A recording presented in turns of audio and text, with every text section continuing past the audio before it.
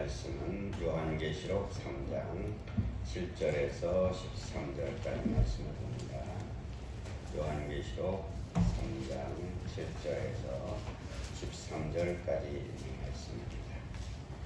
말씀 하나님 말씀입니다. 공독하는 가운데 살아계신 하나님의 음성을 들었습니다.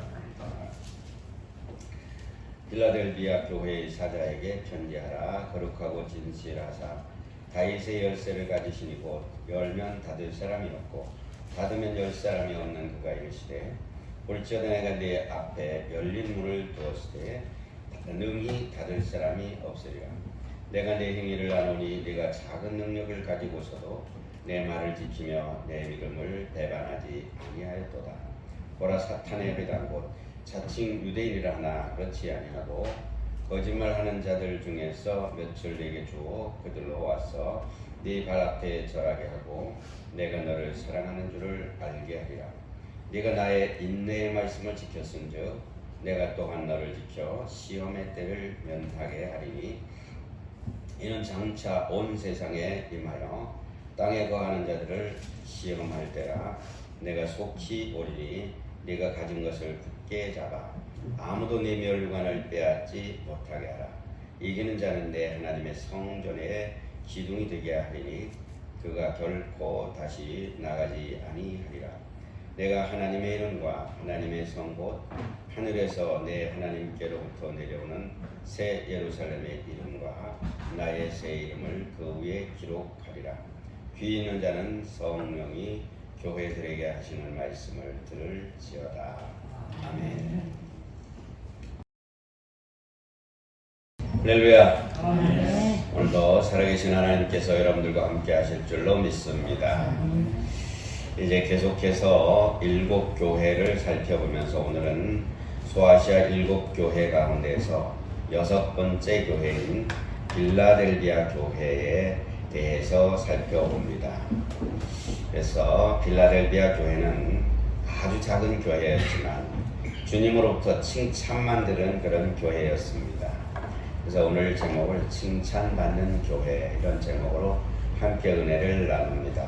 7교회 중에서 대개 다른 교회들은 전부 칭찬도 듣고 책망도 듣고 했고 사대교회 같은 교회는 책망만 들었습니다. 그런데 칭찬만 들은 교회가 서머나 교회와 빌라델비아 교회 두 교회가 있습니다. 우리도 우리 팔봉교회도 주님으로부터 칭찬만 들을 수 있는 그런 교회가 되고 또 그런 성도님들이 되기를 주님의 이름으로 축원합니다. 기왕이면 책망은 듣지 말고 칭찬만 듣는 교회가 돼야지요.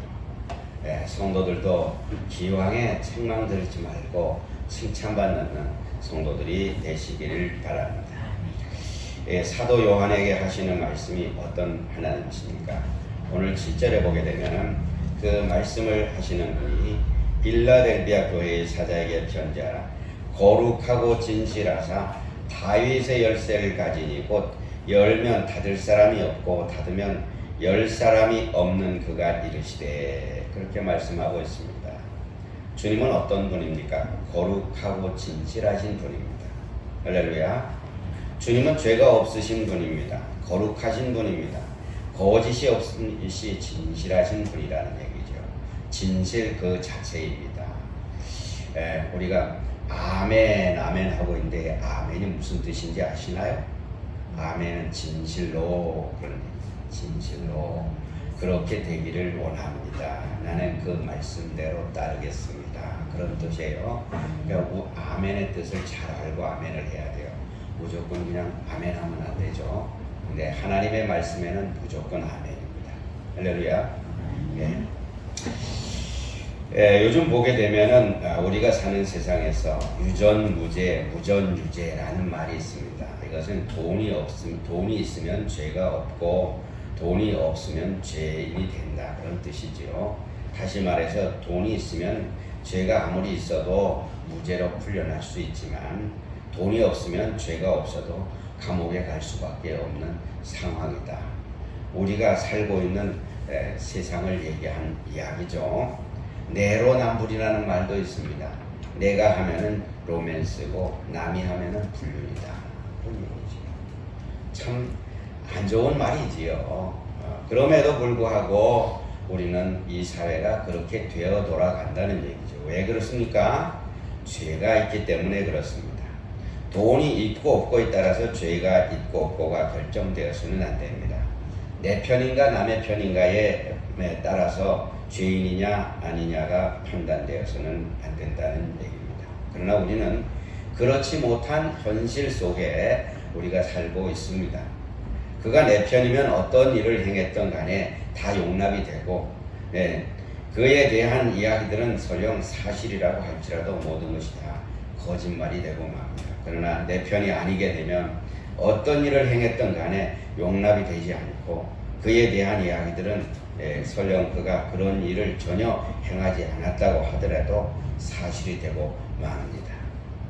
여러분, 사실은 한 사람을 죄인 만드는 건 아무것도 아니에요. 몇 사람만 입만 맞추면 그 사람은 완전히 죽을 죄인이 되는 게 오늘의 현실입니다. 우리나라는 법치 국가인데 법에 대해서 잣대를 재는 것이 아니라 사람에 따라서 감정으로 잣대를 재기 때문에 그런 일들이 많이 벌어지고 있습니다. 죄는 죄일 뿐입니다. 내 편이라고 죄가 덮어지거나 사소하게 여겨서는 안 될 것입니다. 죄를 죄라고 말할 수 있는 그런 시대를 살아가야 할 것입니다. 솔직히 죄가 없는 사람이 어디 있습니까? 누구나 다 죄인이죠.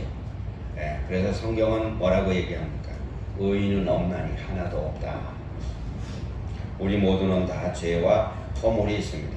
그러나 여러분, 주님은 죄가 전혀 없으신 분입니다. 그래서 그분은 진실이시니 그렇게 죄가 없으신 분이다. 그렇게 말씀하고 있습니다. 로마의 본디오 빌라도 총독은 붙잡혀온 예수님을 신문했습니다. 그러나 빌라도는 예수님에게 죄를 전혀 찾지 못했습니다. 그는 대제사장들과 무리에게 이렇게 말합니다. 누가복음 23장 4절에서 내가 보니 이 사람에게는 죄가 없도다. 분명하게 말했습니다. 바리새인과 사두개인들 그리고 대제사장들마저 예수님을 함정에 빠뜨려서 죽이고자 예수님에게 죄를 찾고자 했지만 아무 죄도 찾을 수가 없었습니다. 본디오 빌라도도 예수님을 신문하고 채찍으로 때렸지만 아무 죄도 찾지를 못했습니다. 죄가 없으신 분인데 어떻게 죄를 찾을 수 있겠습니까? 요한계시록 19장 21절에 보면은 사도 요한은 내가 하늘이 열린 것을 보니 보라 백마와 그것을 탄 자가 있으니 그의 이름은 충신과 진실이라 그렇게 말씀하고 있습니다. 예수님의 또 다른 이름이 충실과 진실이었습니다. 충신, 진실. 주님은 전혀 흠이 없으신 분이라고 말합니다. 여러분, 주님은 거룩하고 죄가 없으신 분이 분명합니다. 반면에 우리는 모두가 다 죄인입니다. 우리가 죄를 지었기 때문에 우리는 당연히 영원한 멸망으로 빠져나갈 수밖에 없는 사람입니다. 사도 바울은 정말로 주님을 믿고 회개한 이후에 복음을 증거하는 일에 온 평생을 다 바쳐서 복음을 전한 사람입니다. 그런데 그가 로마서 7장 22절에서 25절에 이렇게 고백을 합니다. 내 속사람은 하나님의 법을 즐거워하되 내 지체 속에서 한 다른 법이 내 마음의 법과 싸워 내 지체 속에 있는 죄의 법으로 나를 사로잡아 오는 것을 보는도다. 오호라 나는 곤고한 사람이로다. 이 사망의 몸에서 누가 나를 건져내랴. 우리 주 예수 그리스도로 말미암아 하나님께 감사하리로다. 그런즉 내 자신이 마음으로는 하나님의 법을 육신으로는 죄의 법을 섬기노라. 여러분, 우리는 마음은 그렇지 않아요. 그런데 육신적으로는 자꾸 죄된 길로 걸어가고 있다는 얘기입니다. 사도 바울이 그렇게 회개하고 다메섹 도상에서 예수님을 만나가지고 완전히 변화된 사람인데도 불구하고 자꾸 육신적으로는 죄의 법을 따라간다는 얘기지요. 안 하고 싶은데 자꾸 따라갑니다. 그러나 로마서 8장에서 그는 이렇게 해결책을 말합니다. 그러므로 이제 그리스도 예수 안에 있는 자에게는 결코 정죄함이 없나니 이는 그리스도 예수 안에 있는 생명의 성령의 법이 죄와 사망의 법에서 너를 해방하였음이니라. 할렐루야. 거룩하신 주님께서 십자가에서 피 흘려 죽으심으로 우리의 모든 죄를 깨끗하게 씻어 주셨습니다. 주님에게 죄가 있다고 한다면 우리가 다를 바가 없습니다. 우리 죄를 깨끗하게 씻어 주실 수가 없습니다. 죄가 없으시기 때문에 우리의 죄를 깨끗하게 씻어 주실 수가 있습니다. 그러므로 우리는 날마다 십자가 앞에 나와서 우리의 모든 죄와 허물을 깨끗하게 씻어야 합니다. 날마다 새로워져야 됩니다. 거룩하고 진실해져야 합니다. 주님을 닮아가야 될 줄로 믿습니다. 우리가 죄를 우리 힘으로 우리 능력으로 죄를 없이 할 수 있는 방법이 이 세상에서는 아무도 없습니다. 여러분, 사도 요한에게 말씀하시는 주님은 어떤 분입니까? 다윗의 열쇠를 가지신 분이라 그러셨습니다. 주님께서 다윗의 열쇠를 가지셨는데 그 다윗의 열쇠를 가지고 열면 닫을 사람이 없고 닫으면 열 사람이 없다고 말씀했습니다. 예수님께서 그 다윗의 열쇠로 하늘나라의 문을 열어주셔야 우리들이 하늘나라에 들어갈 수가 있습니다. 닫으면 아무도 들어갈 수가 없습니다. 지금 주님께서 그 문을 열어놓고 계십니다. 얼마나 큰 은혜요 축복인지 모릅니다. 정말 우리에게는 놀라운 축복이에요. 노아의 홍수 때 노아가 100년 동안 다니면서 열심히 사람들에게 내가 방주를 만들고 있는데 방주에 들어오시오 그러면 삽니다. 그랬더니 사람들이 콧방구도 안 끼었어요. 그러더니 정말 홍수가 나서 이제 모든 세상이 물에 잠길 때 와가지고 두드리니까 성경에 뭐라 그랬습니까? 하나님께서 그 문을 닫으셨더라. 그러니까는 노아도 열어줄래 열어줄 수도 없어요. 인정상 열어주고 싶은데 열을 수가 없습니다. 하나님이 닫으시면 열을 사람이 없어요. 여러분, 우리는 주님의 놀라우신 능력을 믿고 우리에게 하늘문을 열어놓으신 천국의 열쇠를 주신 다윗의 열쇠를 가지고 계신 그분을 믿고 나가시기를 바랍니다. 우리는 예수님을 어떻게 믿습니까? 누구라고 생각합니까? 오늘날 예수님께서 제자들에게 너희는 나를 누구라고 하느냐 그렇게 물으셨습니다. 그때 베드로가 뭐라고 대답했죠? 주는 그리스도시요 살아계신 하나님의 아들이십니다. 마태복음 16장 16절에서 그렇게 대답을 했습니다. 그 대답을 들으신 예수님께서는 베드로에게 너는 베드로라. 내가 이 반석 위에 내 교회를 세우리니 음부의 권세가 이기지 못하리라. 내가 천국 열쇠를 네게 주리니 네가 땅에서 무엇이든지 매면 하늘에서도 매일 것이요 네가 땅에서 무엇이든지 풀면 하늘에서도 풀리리라. 이렇게 말씀을 하셨습니다. 주님께서는 열면 닫을 자가 없고 닫으면 열 자가 없는 다윗의 열쇠, 땅에서 무엇이든지 매면 하늘에서 메어지고 땅에서 무엇이든지 풀면 하늘에서 풀리는 천국 열쇠를 베드로에게 주신다고 약속을 하셨습니다. 이것은 베드로에게만 주신 것이 아니라 예수 그리스도를 믿고 구주로 고백하는 모든 자들에게 주신다고 하는 천국의 열쇠인 줄로 믿습니다. 여러분, 우리는 모두가 다 천국 열쇠를 받은 자입니다. 할렐루야. 예, 그렇습니다. 천국 열쇠를 통해서 우리가 비로소 들어가는데 그 열쇠는 뭐예요? 믿음입니다. 기도예요. 믿음으로만 우리는 천국에 들어갈 수 있습니다. 예, 사도 바울이 옥에 갇혔을 때에 기도했더니 옥문이 열리고 모든 쇠사슬이 다 풀어졌어요. 그런데 거기에서 그 옥을 지키던 간수가 자다가 졸다가 깜빡 일어나 보니까 옥문이 다 열려 제껴져 있습니다. 그러니까 사람들이 다 도망갈 줄 알고 자결하려고 그럽니다. 그때 바울 사도와 사도들이 여보시오, 우리 여기 있으니까 당신 그런 짓 하지 마시오. 깜짝 놀랐습니다. 그리고는 그들에게 가서 뭐라고 얘기합니까? 선생님이여, 내가 어떻게 하여야 구원을 받으리까? 빌립보 감옥의 간수에게 뭐라고 얘기합니까? 주 예수를 믿으라. 그리하면 너와 내 집이 구원을 받으리라. 할렐루야.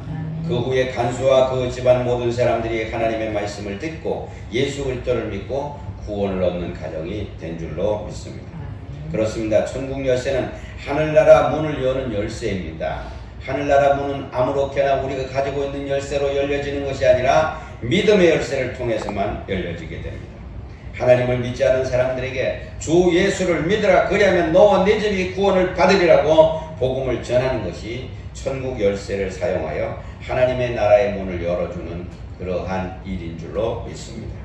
주님을 믿으면 그 열린 천국 문으로 들어갈 수 있지만 주님을 믿지 않으면 누구라 하더라도 열린 천국 문 안으로 들어갈 수가 없습니다.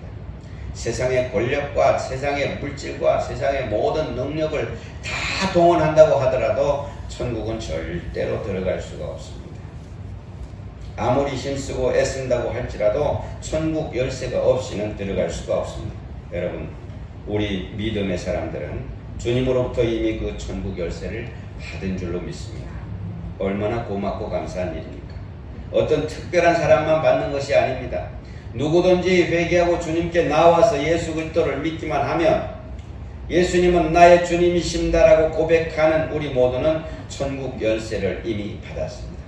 이 천국 열쇠를 우리는 어떻게 가만히 들고 있어야 될까요? 그 열쇠를 잘 사용하시기를 바랍니다.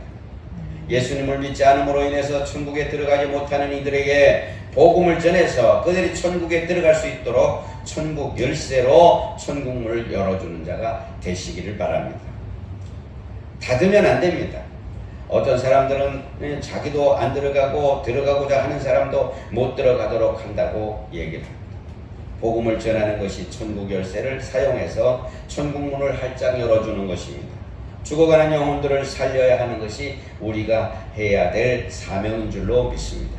여러분, 주님이 주신 천국 열쇠를 사용해서 구원의 문을 활짝 열어 사랑하는 사람들과 함께 천국에 들어가는 복을 누릴 수 있는 여러분들이 되시기를 주님의 이름으로 축원합니다. 또 8절에 보게 되면 볼지어다 내가 내 앞에 열린 문을 두었을 때 능히 닫을 사람이 없으리라. 내가 내 행위를 아노니 네가 작은 능력을 가지고서도 내 말을 지키며 내 이름을 배반하지 아니하였도다. 그렇게 말씀합니다. 주님은 능히 닫을 사람이 없는 열린 문을 우리 앞에 놓으셨는데 아직 열려 있습니다. 주님이 닫기 전에 빨리 들어가야 합니다. 그리고 그 천국 열쇠를 가지고 천국 문만 열어놓으신 것이 아니라 우리를 위해서 많은 문들을 열어놓으셨습니다. 천국 문만 열어놓은 것이 아니라 이 땅에 살아가는 동안에도 우리에게 필요한 모든 것들을 열어놓으신 줄로 믿습니다. 신명기 28장 12절에 보면 이렇게 말씀합니다.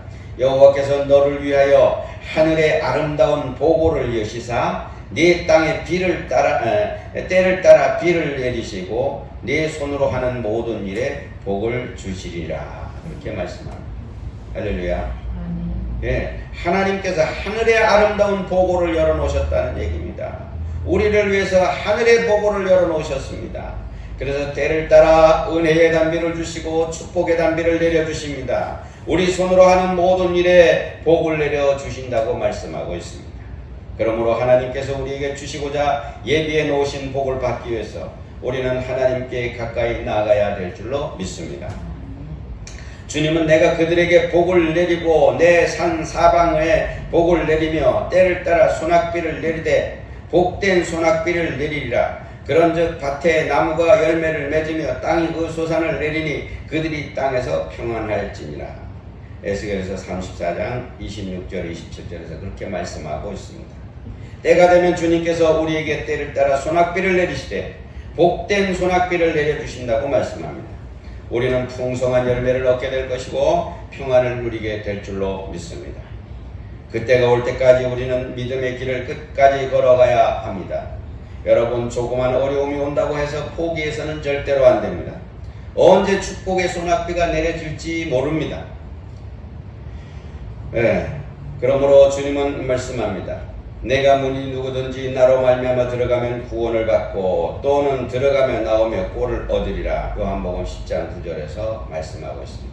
주님을 통해서 들어갈 때 풍성한 꼴을 얻게 되고 구원을 얻게 된다고 말씀합니다.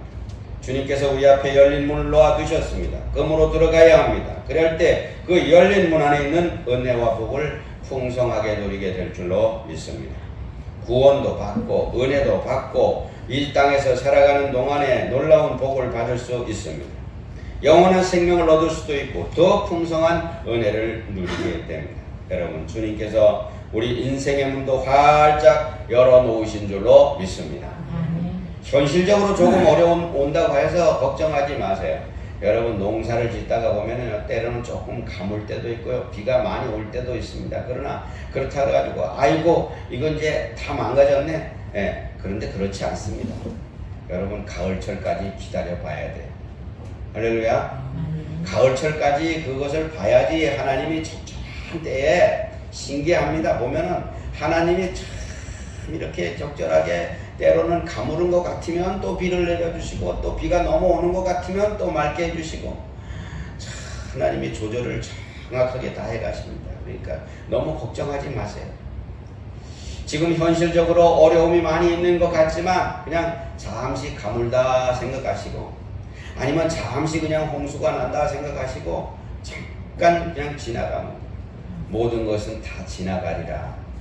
우리 앞에 있는 모든 것들은 다 지나가게 되어 있습니다. 알렉산더 왕이 페르시아를 정복할 때 성문 앞에 거대한 실타래가 하나 묶여 있고 그 위에 이런 글이 써져 있습니다. 실타래가 막 엉켜 있는 것이 있습니다. 그리고 누구든지 이 실타래를 풀면 세계를 지배한다. 그렇게 써져 있었습니다. 그래서 많은 사람들이 그 실타래를 풀려고 엄청 애를 썼습니다. 그런데 다 실패했어요. 그런데 알렉산더가 그 앞에 이렇게 와서 보더니 알렉산더는 한번 그것을 씩 웃더니 단번에 그 문제를 해결했어요. 실타래를 단번에 풀었어요. 어떻게 풀었을까요? 단번에 풀어버렸어요. 여러분 도대체 어떻게 그것을 풀었을까요? 여러분 우리는 생각 차이예요. 이게 어렵다고 생각하면 어려운 거고요. 쉽다고 생각하면 쉬운 거예요. 그는 칼을 가져오더니 단칼에 실타래를 쫙 갈랐습니다. 그러니까 실이 확 다 풀렸습니다. 어때요? 문제 해결의 방법은 단순합니다. 이런 생각 저런 생각으로 복잡하게 할 때 그 문제와 생각에 매이지 말고 단순하게 생각해야 됩니다. 우리가 할 일은 주님을 바라보고 맡기는 것입니다. 주님을 믿는 것입니다. 여러분 우리가 이렇게 해도 안 되고 저렇게 해도 안 되고 앞으로도 간대도 안 되고 뒤로 가도 안 되는데 여러분 그 문제의 해결자가 누구냐가 중요한 거예요. 문제의 해결자 되시는 주님께 맡기시기를 바랍니다. 아멘. 예. 이렇게 알렉산더처럼 그냥 단칼에 해결하잖아요. 잠시 1분도 안 걸렸습니다. 칼을 가져오더니 그냥 착 잘라버리니까 그 실타래가 화르륵 다 풀렸습니다. 여러분 주님이 해결하시는 건 그렇게 해결하시는 거예요. 복잡하지 않습니다. 우리가 해결하려고 그러면 너무너무 복잡해요. 이 사람도 만나보고 저 사람도 만나봐야 되고요. 앞으로 가보고 뒤로도 가보고 뭐 옆으로도 가보고 별짓을 다 하는데요. 주님은 간단히 해결하죠. 할렐루야. 여러분 지금 어느 때보다도 힘들고 어려운 때입니다. 우리 인생이 실타래처럼 꼬이고 꼬여서 풀리지 않을지라도 여러분 주님을 의지하고 주님께 모든 것을 맡기면 주님께서 우리 인생에 얽힌 실타래를 풀어주실 줄로 믿습니다. 주님을 더욱더 의지하시고 주님을 바라보시고 주님께 기도하시고 주님만을 따라가는 자가 되시기를 바랍니다. 주님이 열어놓으신 그 문에 들어감으로 구원을 받고 들어오며 나가며 풍성한 꼴을 얻을 수 있다고 분명히 말씀을 하셨습니다. 주님이 그 문에 열 수 있는 해결자예요. 그런데 나는 자꾸 엉뚱한 데다 해결하면 안 됩니다. 여러분 주님 앞에 진심으로 하나님 맡겨보세요. 맡겨보세요. 해결이 되는가 안 되는가를 맡겨보시라고. 여러분 건축을 하려고 그러면요 건축 전문가한테 맡겨야 돼요. 자기가 하지도 못하면서 하려고 껍적대고 있으면요 하나도 못해요. 10달 가도 1년이 가도 못해요. 근데 건축가한테 딱 맡기면요 몇 달이면 집 한 채 쓰는 거는 별것도 아니에요. 아무것도 아니에요. 간단합니다. 전기 공사를 해야 됩니까? 전기 전문가한테 다 맡겨야 돼요. 전문가한테 다 맡기면 금방 해결됩니다. 전문가가 아닌 사람이 아무리 뒤다보고 있고 이것을 뜯었다 붙였다 해봐도 소용이 없어요. 전문가한테 맡기면 되는 거예요. 우리 인생의 문제의 전문가는 누구십니까? 우리는 하나님이세요. 하나님. 우리를 지으신 분이잖아요. 네, 지으신 분이잖아요. 우리를 지으신 분이 모든 문제를 해결해요. 미국에서 있었던 일입니다. 어떤 분이 가다가 차가 고장이 났어요.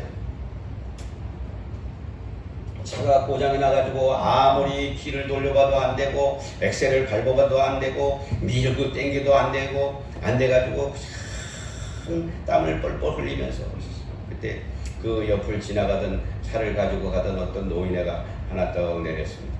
그랬더니 왜 그러십니까? 지금 차가 고장이 나가지고 어떻게 됐는지 모릅니다. 제가 좀 봐드리면 안 되겠어요. 그러니까 이렇게 보니까 별로 뭐 그렇게 잘생긴 것 같지도 않고 또 그 나이도 들었는데 저 양반이 뭘 할까? 그래가지고 그냥 뭐 좀 보실 줄 아세요?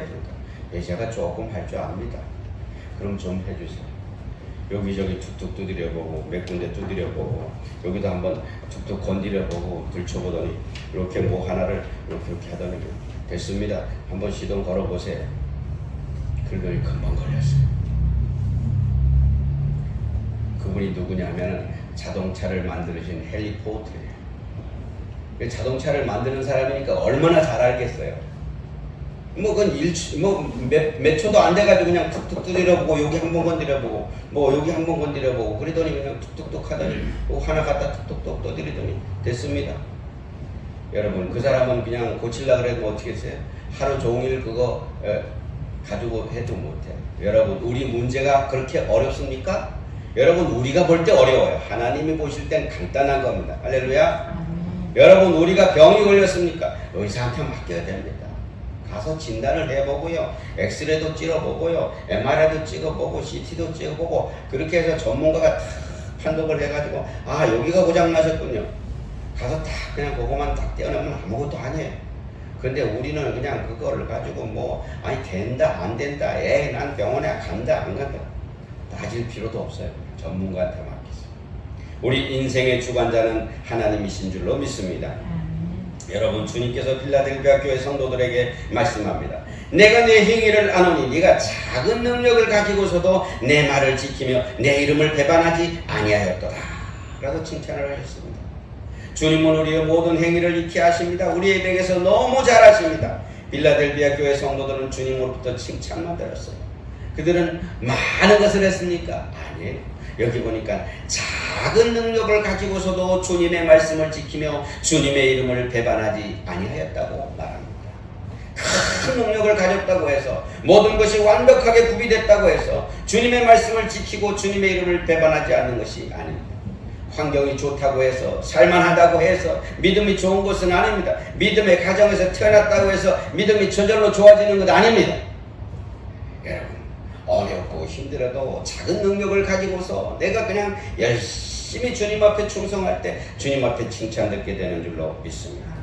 여러분 초대교회 당시 성도들은 엄청난 핍박을 받았습니다. 순교하는 것을 가장 큰 축복으로 여겼습니다. 예수님을 믿는 것처럼 그 자체가 핍박과 순교의 길로 들어서는 것은 없었습니다. 죽음을 각오하고 믿었습니다.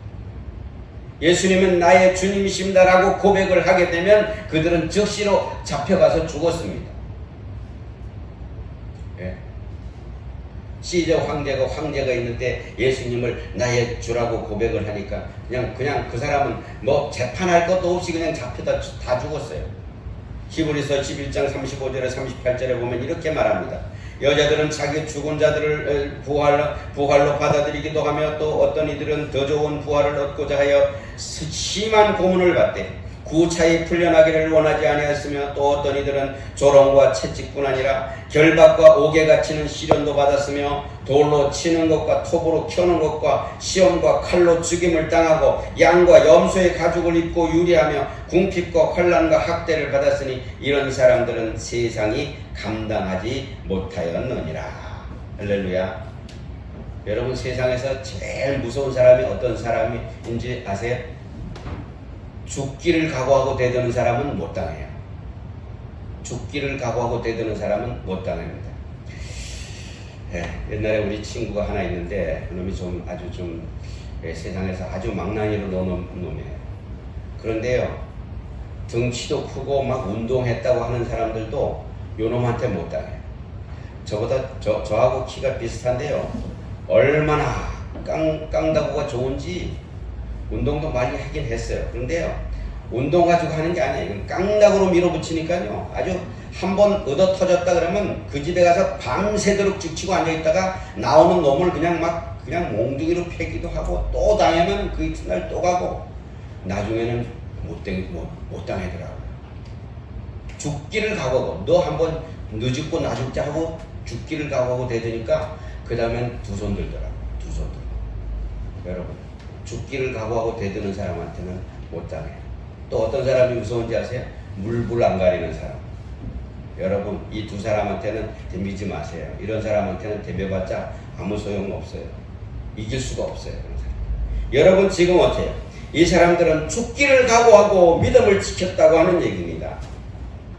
예수님을 믿는다고 하는 이유 하나만으로 세상 사람들도 핍박을 당했습니다. 높은 자리에 있다가도 예수님을 믿는다는 이유만으로 그 자리에서 쫓겨남을 당했습니다. 많은 재물을 가지고 있다가도 예수님을 믿는다는 이유 하나만으로 그 재물을 다 뺏겼습니다. 그렇습니다. 예수님을 믿는다는 이유 하나만으로 가진 것을 모두 뺏겼다는 얘기. 그럼에도 불구하고 그들은 예수님을 버리지 않았습니다. 죽기까지 충성했습니다. 주님의 말씀을 지켰습니다. 순종했습니다. 주의 이름을 배반하지 않았습니다. 우리 믿음의 사람들은 주님의 이름을 배반해서는 안 됩니다. 오히려 주님의 이름을 붙들어야 됩니다. 그리고 주님의 말씀을 지켜 순종하는 자가 되어야 될 줄로 믿습니다. 여러분, 주님의 이름을 붙잡고 주님의 말씀을 지켜 순종함으로 주님의 돌보심 속에서 살아가는 여러분 되시기를 바랍니다. 9절에서 11절에 보게 되면 보라, 사단의 회당 곧 자칭 유대인이라나 그렇지 아니하고 거짓말하는 자들 중에서 며칠 내게 줘 그들로 와서 네 발 앞에 절하게 하고 내가 너를 사랑하는 줄을 알게 하리라. 내가 나의 인내의 말씀을 지켰은즉 내가 또한 너를 지켜 시험의 때를 면하게 하리니 이는 장차 온 세상을 인하여 땅에 거하는 자들을 시험할 때라. 내가 속히 오리니 내가 가진 것을 굳게 잡아 아무도 네 멸관을 빼앗지 못하게 하라. 할렐루야. 주님이 지켜주신다는 말입니다. 그런데 우리는 뭘 해야 돼요? 네가 가진 것을 굳게 잡으라는 얘기죠. 여러분, 믿음을 굳게 잡으시기를 바랍니다. 이 믿음을 굳게 잡지 않으면요, 앞으로는 우리가 정말 믿음 지키기 어려운 때가 더 옵니다. 지금 여러분, 사실은 코로나19라고 하는 이런 질병 때문에 예배를 못 드리게 한다는 게 말이 안 돼요. 질병관리본부에서 밝혔어요. 사실은 예배 때문에 확진자가 생긴 것은 하나도 없다. 그렇게 발표를 했어요. 이건 충격이죠. 그런데 왜 예배를 못 드리게 합니까? 지하철 혹시 중단했다는 소리 들어보셨나요? 백화점 문 닫았다는 소리 들어보셨나요? 5명 이상은 예배드리지 말라며. 그런데도 왜 열어놔요? 국회의원들은 5명 이상은 안 모이던가요? 말도 안 되는 소리잖아요. 앞뒤가 안 맞잖아요. 생각해 보세요. 여러분, 상점이 다 문 닫고 공무원들이 다 문 닫고 나면은 무슨 사회가 어떻게 되도록 하겠어요? 전철이 안 다니고 버스가 안 다니면 어떻게 하겠어요? 그런 데는 안 하고 자기네들이 관리하기 좋은 데만 그렇게 다 톡 찍어가지고 교회 말이 돼요? 예배 드리는 것 때문에 확진자가 나온 게 한 건도 없다니까. 다른 데서 걸려가지고 온 사람들이 예배 드리고 갔을 뿐이에요. 여러분, 일주일에 한 번 와서 예배 드리면 뭔 확진자 생길 일이 어디가 있어요? 없잖아요. 다른 데 다니다가 확진이 돼가지고 와서 그분들이 예배 드리고 나갔어. 그랬더니 교회에서 나왔다. 이러고 뻗치는 거예요. 질병관리본부에서 직접 그걸 발표를 한 거예요. 예배 드리는 것 때문에 확진된 것은 없다. 그러면 예배 드려야 돼, 안 드려야 돼? 당연히 드려도 아무 이상 없지요. 여러분, 이제 일주일에 한 번밖에 한 시간밖에 없잖아요. 그런데 뭐 그동안에 언제 확진자 생길 일이 있어요? 다 마스크 쓰고 소독 들어오면서 다 하시고 열 다 체크하고 언제 확진자 생길 일이 있어요? 말도 안 되는 소리지. 여러분, 그런데요, 죄송하지만 마귀는 어떻게든지 우리가 하나님 앞에 예배 못 드리게 하는 것을 아주 조직적으로 체계적으로 해가지고 앞으로는 더 교묘한 일도 생길 수가 있습니다. 그래서 우리는 여기서 충고는 내 믿음을 굳게 잡아라. 시험의 때를 면하게 하겠다고 주님 말씀하십니다. 온 세상에 임하는 모든 시험의 때라고 말씀합니다. 그 시험을 이길 수 있도록 주님이 함께해 주신다는 말씀입니다. 12절에 보면 이기는 자는 내 하나님의 성전 기둥이 되게 하리니 그가 결코 나가지 아니하리라. 내가 하나님의 이름과 하나님의 성 곧 하늘에서 내 하나님께로 내려오는 새 예루살렘의 이름과 나의 새 이름을 그 위에 기록하리라. 하나님께서는 이기는 자에게 두 가지 복을 주셨습니다. 첫째는 하나님의 성전의 기둥이 되게 하겠다고 말씀하셨습니다. 두 번째는 새 예루살렘의 이름과 주님의 새 이름을 이기는 자 위에 기록을 해주겠다고 말씀하셨습니다. 여러분, 우리는 하나님의 성전의 기둥이 돼야 돼요.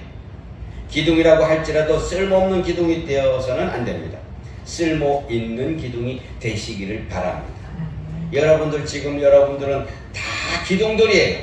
우리 교회는요, 목사 한 사람으로 인해서 교회가 형성되는 것이 아닙니다. 여러분들 한 분 한 분이 기둥 역할을 해서 든든하게 세워질 때 교회가 든든히 서져 가는 것입니다.